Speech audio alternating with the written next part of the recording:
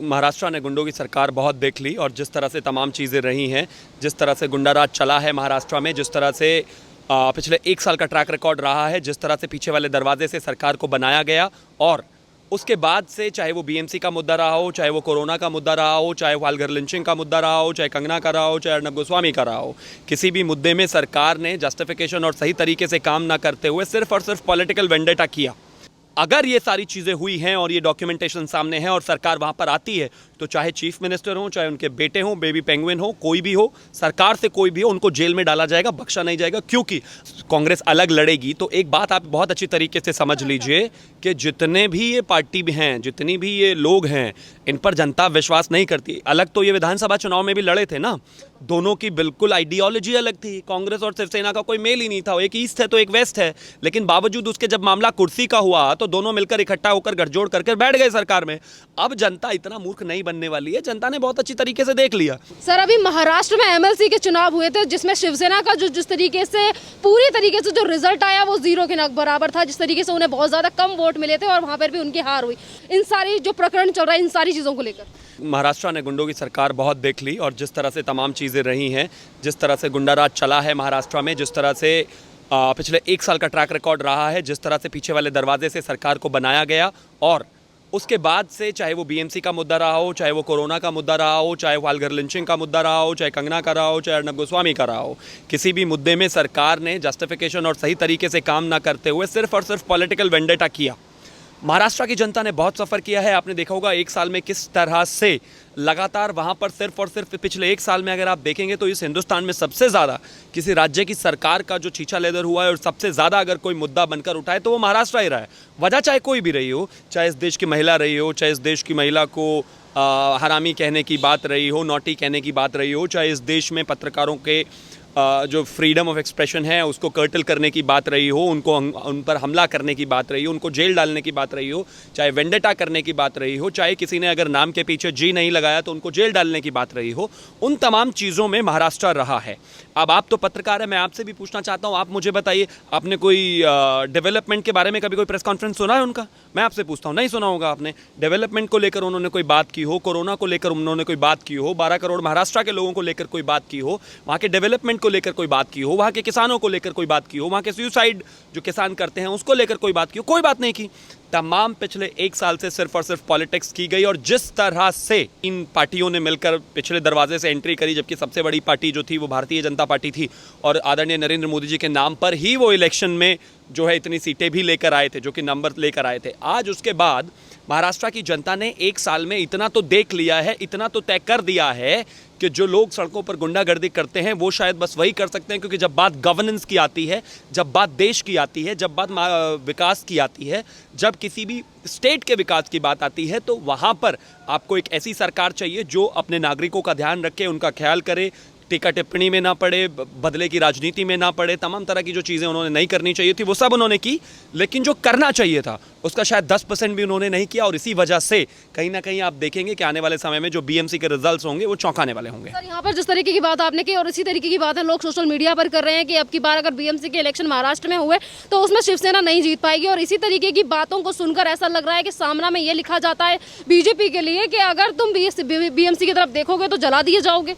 अब पता नहीं, मुझे लगता नहीं कि वो जलाने भुनाने, आजकल ये सामना की हेडलाइंस लिख कौन रहा है समझ में नहीं आता। अब या तो रात को संजय राउत किसी और मूड में होते हैं तब वो सामना लिख रहे हैं, या फिर कोई बात होती है, क्योंकि मैंने अभी पिछले दिनों देखा था कि किसी की औकात नहीं है, किसी की बपौती नहीं है कि बॉलीवुड को यहाँ से कोई उठाकर शिफ्ट करा ले। अरे भाई, शिफ्ट कराने की बात होती, ईंट पत्थर शिफ्ट कराने थे क्या वहाँ से किसी को?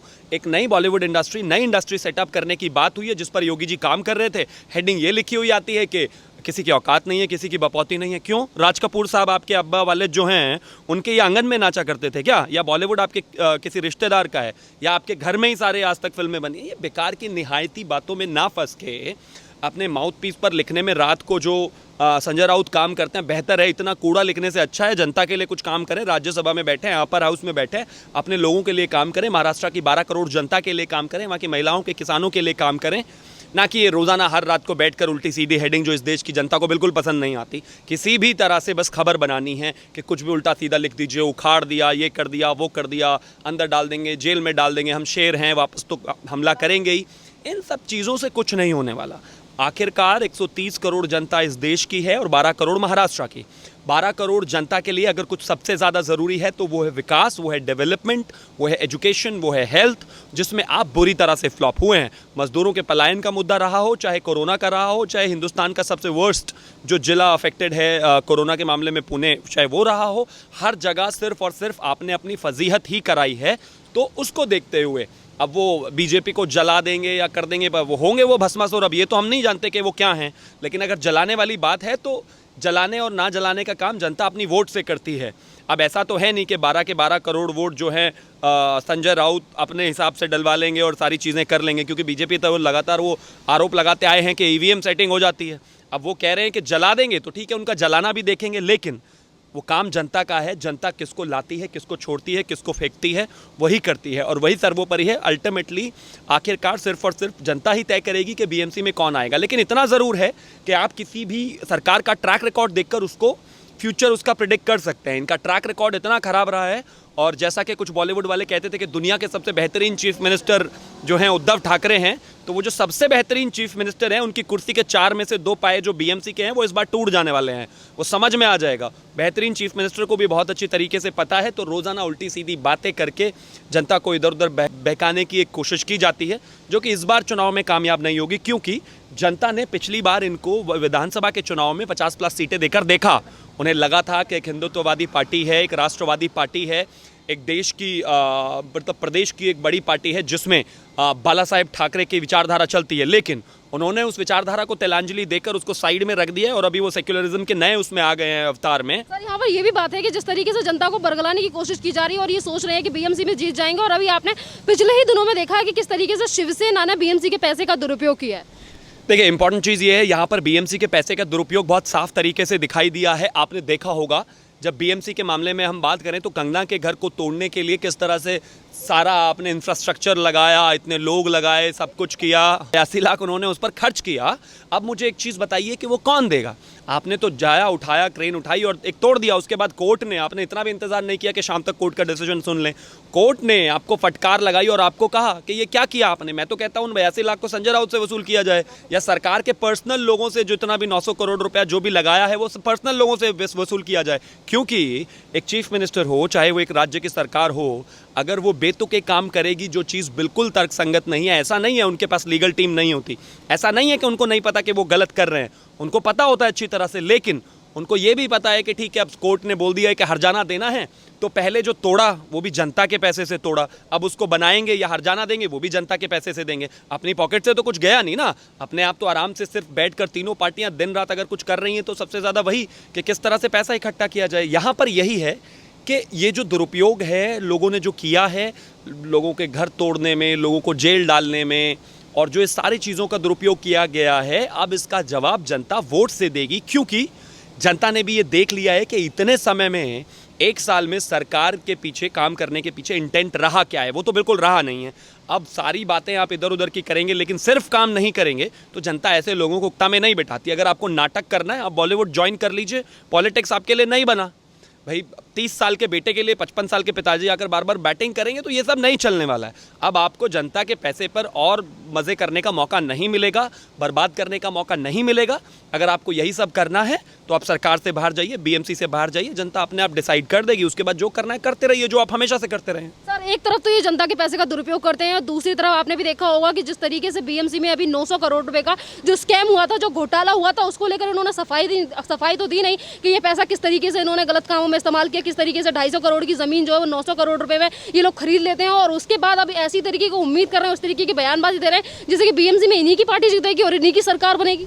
देखिए, जवाब रियल इश्यूज़ पे नहीं देते हैं। रियल इश्यूज़ पे अगर आप उद्धव ठाकरे से जवाब मांग रहे हैं वो नहीं देंगे। वो जवाब आपको देंगे कि अगर मुझे कोई कहेगा तो मैं तो शेर हूँ, मैं तो पलटकर उसको मारूंगा ही। मतलब ये चीफ मिनिस्टर से हम ऐसी भाषा का इस्तेमाल करते हैं क्या कि भाई मैं तो बदला लूंगा ही। जवाब ये इस बात पर देंगे कि कंगना रनौत का घर तोड़ दिया, उखाड़ दिया। आप इन बातों पर जवाब ले लीजिए इनसे। इस देश की सारी इर्रेलेवेंट जितनी बातें हैं उन पर ये सब पर जवाब देंगे। लेकिन घोटाले पर जब किरीट सोमैया ने इनसे एक सीधा सीधा सवाल पूछा, अभी तक कोई भी क्लियरेंस पार्टी की तरफ से या फिर सरकार की तरफ से, किसी की तरफ से भी नहीं आया है। बस सिर्फ एक लाइन कह दी गई, पॉलिटिकल वेंडेटा है। अरे भाई, डॉक्यूमेंट बेस्ड आपसे एक सवाल पूछा गया है, डॉक्यूमेंट बेस्ड दिया, आप उसको जवाब दे दीजिए, बता दीजिए कि आपने घोटाला नहीं किया। लेकिन अगर ये सारी चीज़ें हुई हैं और ये डॉक्यूमेंटेशन सामने है और सरकार वहाँ पर आती है, तो चाहे चीफ मिनिस्टर हो, चाहे उनके बेटे हों, बेबी पेंगुइन हो, कोई भी हो, सरकार से कोई भी हो, उनको जेल में डाला जाएगा, बख्शा नहीं जाएगा, क्योंकि आखिरकार जनता का पैसा है और वो जनता के लिए ही है। अगर आप उसका मिसयूज़ करेंगे तो आपको उसका जवाब देना पड़ेगा। और उससे भी ज़्यादा ज़रूरी बात यह है कि कब तक आप इससे भागते रहेंगे। आपको जवाब देकर आगे जनता के बीच में तो आना, तो जनता के बीच में तो ये आपको जाना ही पड़ेगा। और उससे भी इम्पॉर्टेंट चीज़ ये है कि यहाँ पर आप अगर करप्शन कर रहे हैं, एक तरफ केंद्र में सरकार है जो डायरेक्ट बेनिफिट ट्रांसफर से लेकर तमाम चीज़ों को ट्रांसपेरेंट बना रही है ताकि 1 रुपये का घोटाला ना हो। जहाँ एक तरफ इस देश में ऐसे प्रधानमंत्री हुआ करते थे जो कहते थे कि मैं 1 रुपया भेजता हूँ, 15 पैसे सिर्फ जनता तक पहुँचते हैं, 85 पैसे बीच वाले खा जाते हैं। आज एक ऐसी केंद्र में सरकार है जिसने एक एग्जाम्पल सेट किया है कि आप अगर सही नीयत से 1 रुपया भी भेजेंगे तो 1 रुपया भी जाएगा, जनता तक वो पहुँचेगा। तो उसी की तरह पर, उसी की तर्ज पर ये घोटाले छोड़कर चाहे तो पाक साफ एक ट्रांजैक्शंस रख सकते हैं, लेकिन नहीं ना।